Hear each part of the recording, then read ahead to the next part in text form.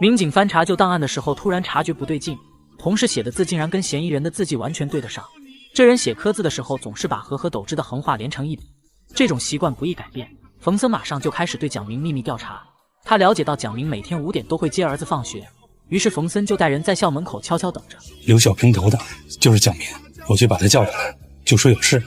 你们2个协助遥指，这小子受过训练，动作一定要快。那我去了。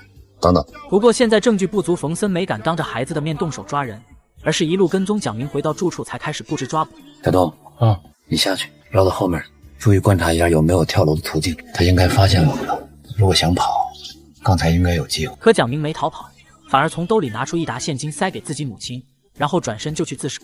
但是看他脸上的神情，总感觉这是背后还有隐情。谢谢，没当孩子面抓过。到了审讯室之后，蒋明把全部罪名都扛下来了。要是故事到这结束也就算了，可偏偏有目击证人指认作案现场当时是2个人一起动的手。2个人从现场抢走了10几万现金，在那个年头10万块钱足够在城里买好几套房子了。要不是那时候大额纸币必须去银行才能换成零钱，警察估计根本不会往自己人身上联想。因为蒋明死活不肯交代同伙的身份，警方只好先从他平时来往的朋友圈入手排查。与蒋明有关的这些人全都排查出来。这个蒋明，他的社交范围不深。走，我们研究一下，确定重点。怎么来布控？这名嫌疑人叫刘忠，跟蒋明的关系最铁。也是警察吗？不是，2个人经常在一起。身高多少？1.85米，就胖了。门口保安回忆说，当天看到的2个人个子都很高，应该都超过1.8米。于是胡队立刻带人赶到刘忠住的小区附近设伏，等着人出现。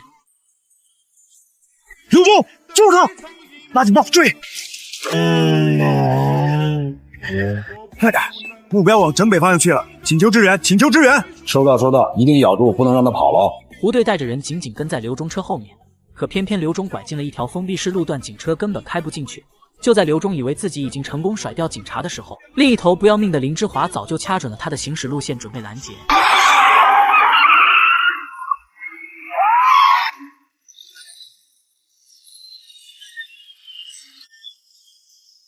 带走，先送医院。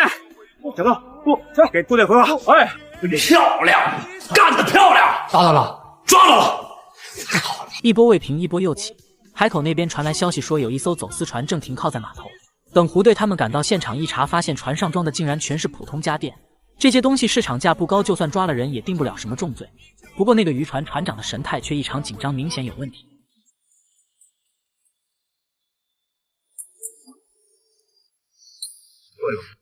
就是一点小小的心意啊！该说了，你看这船也不大，东西也不多，你就是独抄了，那你回去以后这功劳也不算大，对吧？奖金不也就是屈指可数那么一点点吗？滚！我让你滚，不明白啊？